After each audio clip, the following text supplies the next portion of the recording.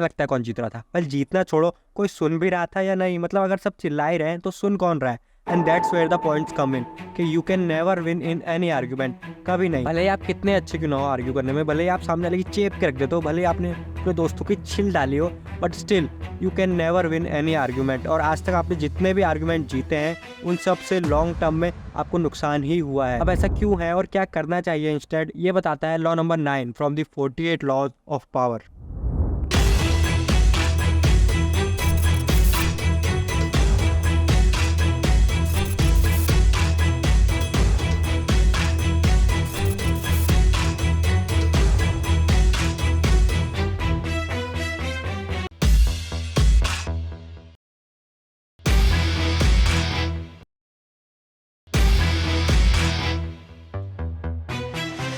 देखो, आपको हमेशा ना अपने एक्शंस को उनके लॉन्ग टर्म इफेक्ट के हिसाब से देखना चाहिए।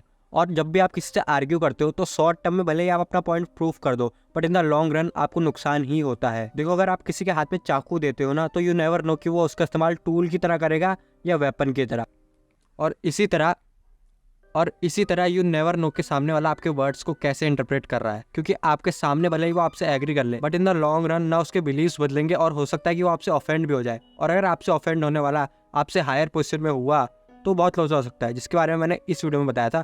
बट देखो, आर्गुमेंट तभी यूजफुल होता है जब आपको सामने वाले को मेन टॉपिक से डिस्ट्रैक्ट करना हो। बट अगर आपको सामने वाले के बिलीव्स को चेंज करना है, देन ऑडियो नहीं वीडियो यूज करो। देखो, इंसान ना सबसे ज्यादा भरोसा अपनी आंखों पर ही करता है, क्योंकि जो उसने अपनी आंखों से देखा है वो उसे चाह कर भी झुकला नहीं पाता है। इसीलिए सामने वाले से आर्ग्यू करने के बजाय उसे डायरेक्ट रिजल्ट्स दिखाओ अपने एक्शंस के through. Win through your actions, never through argument. देखो, आर्ग्यूमेंट ना सीसो की तरह होता है, कभी ऊपर तो कभी नीचे। और ऐसे में बेहतर होगा कि आप अपने एक्शंस पर ज्यादा ध्यान दो और उस सीसो से ही नीचे उतर जाओ, जिससे कि सामने वाला खुद ब खुद नीचे आ जाएगा।